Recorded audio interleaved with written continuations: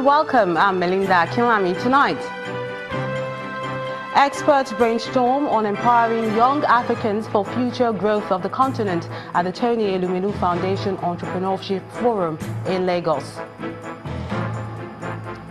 South Africa's President Jacob Zuma joins campaign for the education of the African child as he signs MOU with Rocha Sokocha Foundation in Owerri, the Imo State capital. Federal government insists rumor over immunization in the southeast is misplaced, says safety of vaccines has been globally confirmed. And explosions in the busy part of Mogadishu leaves at least 30 people dead.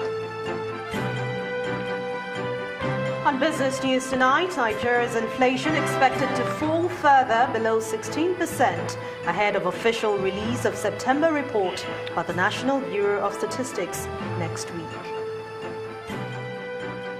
On sports news tonight, Swiss maestro Roger Federer will face longtime rival Rafael Nadal in the final of the Shanghai Masters after a hard-fought victory over Juan Martín del Potro.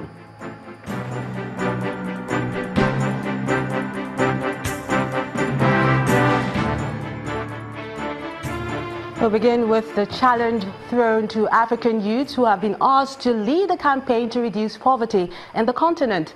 This and other issues of development form the core of a two-day forum organized by the Tony Elumelu Foundation in Lagos, southwest Nigeria. The founder, Mr. Tony Elumelu, believes that the time has come to help youth see themselves as the change Africa is looking for. Dignitaries at the event includes the Vice President, Professor Yemi Osinbajo, who believes that young Africans have what it takes to make the continent rise again. A little earlier on, the annual Tony Elumelu Entrepreneurship Forum, TEF, is considered one of the most inclusive gatherings of African budding entrepreneurs. We put our hands together for her, ladies. This gathering is the culmination of the Tony Elumelu Foundation Entrepreneurship Program. 1,000 qualified young entrepreneurs selected out of the 98,000 applicants across Africa are meeting with business leaders, established entrepreneurs and policymakers.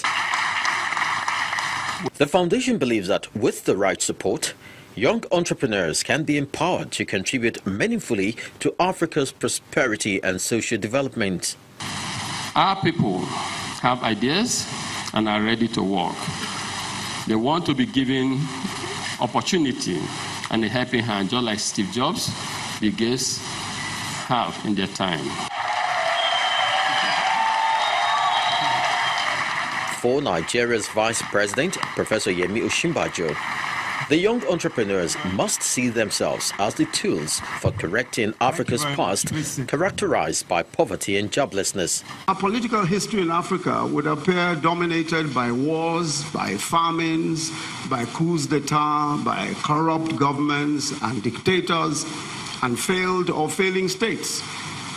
Our economic history would also largely be of large-scale poverty, infant mortality, maternal mortality, illiteracy, disease, and misery. In the same way, a history of personal failure can cripple our hope, can limit our vision. It can frighten us into a small perspective of life. So our history may seek to define our future in Africa, especially our expectations of the coming years. The forum features panels where veteran entrepreneurs, investors share their success story. Africa in the private sector is dramatically underfinanced. You deserve, like the rest of the world, like Asia, to support the financial community to bring even more contribution to your success. You have to be consistent, you have to be focused, you have to be very bold, and don't be scared of anything. I mean, like what I always say, that there's nothing that is impossible. A seed money of $5,000 is given the startup for each of these entrepreneurs, and another $5,000 as they progress. The Tony Elumelu Foundation has made a $100 million commitment to identifying, training, mentoring, and empowering 10,000 African entrepreneurs over a period of 10 years. The South African President Jacob Zuma has joined the campaign for the education and empowerment of the African child by signing a memorandum of understanding with the Rochas Okorocha Foundation in Owerri, the Imo State capital. The state government has also conferred the Grand Chancellor of the State of Imo Award on President Zuma, 2 weeks after conferring the same award on the President of Ghana, Nana Akufo-Addo, and Nigeria's former Vice President, Alex Ekweme.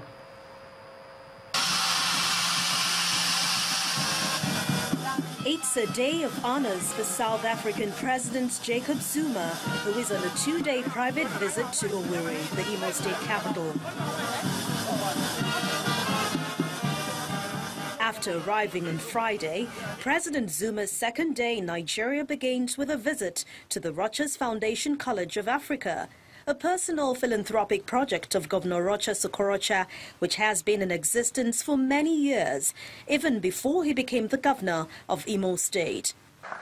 We've got the former governor of... The foundation gives free education to indigent children in Africa, and the South African president wants to be identified with a success story through his own foundation. The signing of a memorandum of understanding marks the beginning of a new vista for philanthropic gestures on the African continent. If you are an African, and this is my belief, if you are an African, you are a teacher. Don't teach a child simply because you are a teacher, it is your profession. Bear in mind, you are helping an African to be empowered to help Africans. President Zuma obviously did not anticipate that his private trip to Imo State would expose him to the rich cultural heritage of the Igbo people. Apart from the warm reception, he also gets a chieftaincy title.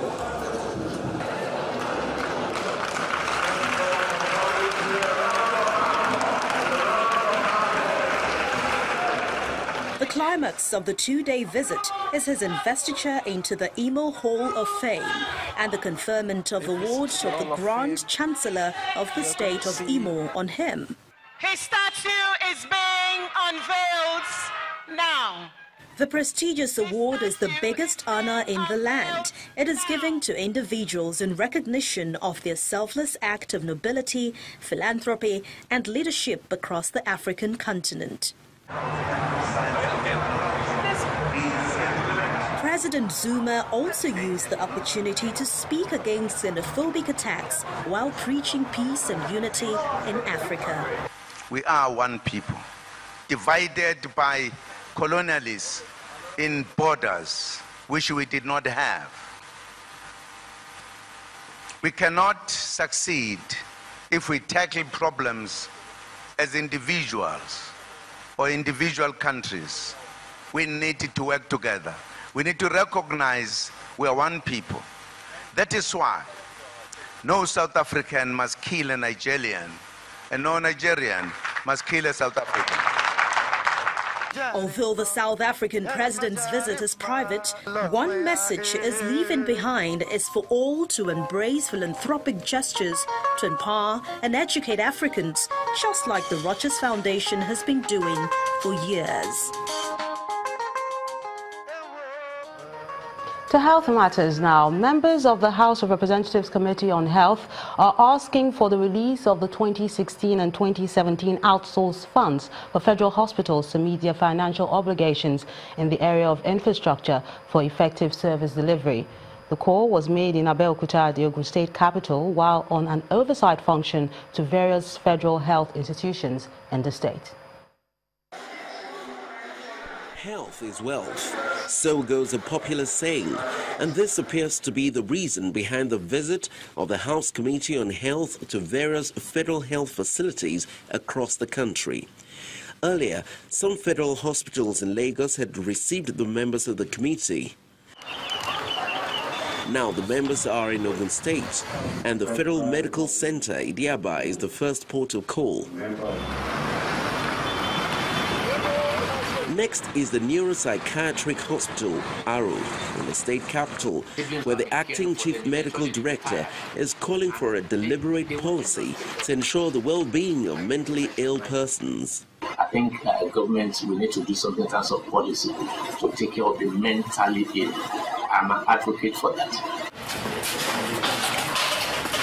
The committee also calls on the Minister of Finance and the Director General of Budget to ensure the disbursement of outsourced funds. It is the issue of the funding release for outsourced fund, which has not been done since 2016. I want to appeal to the Minister for Finance to ensure that those funds are released as soon as possible to health institutions. It will really assist the institutions to manage their funding better and to, of course, improve their service delivery. The visit is over, and the committee is hopeful that it can influence the financing of government medical facilities that will help stem the decay of facilities and equipment, thus giving room for better health care for the populace. Still talking health matters, the outbreak of the monkeypox virus and the ongoing special military operations in the southeast of Nigeria are two different issues that have suddenly snowballed into one and have been generating various concerns. Nigerian Army claims it's only carrying out social responsibility operations in the region, one of which is free medical treatment. But that action has sent panic to many people who believe they have ulterior motives. The outbreak of the monkeypox virus in some parts of Nigeria opens up a new challenge for the health sector. Initially, the first task was to contain its spread and then the need to get a vaccine for those already infected. But the narrative has changed now, especially in some southeast states.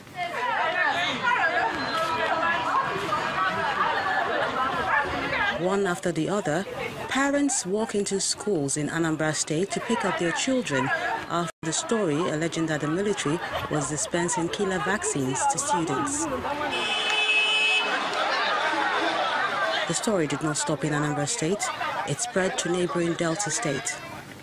The story here is unfortunate because we had no knowledge of anything, only to see parents gate crashing. In fact, they pulled down our gate to force themselves inside, claiming that something is happening, that there are vaccines being given somewhere at Ozobulu, from Ozobulu to Newi. And we started receiving calls asking us to release these students. The development prompted the appearance of the Chief Executive Officer of the Nigeria Center for Disease Control, Dr. Chikwe Ihekwazu, before the Senate Committee on Health. I want to state categorically there's no monkeypox vaccination. Do not participate in any monkeypox. But there are other vaccines being delivered all the time to prevent diseases in our children, but nothing related to monkeypox. We're not carrying out. And as far as I know, there's no agency of the federal government that is doing this. Even the military and other government agencies have tried to douse the tension. The falsehood being disseminated in the southeastern part of Nigeria is false, malicious, and unpatriotic, and misleading the population. This is just a social responsibility being driven by the Nigerian military, which they do yearly, and they started this year's responsibility in Anambra State, just to take care of the health concerns of the population, adult population in Anambra State. Those words may be comforting and probably good enough to correct the impression, and if accompanied with more awareness by the government, the confidence of parents in the immunization program may be restored.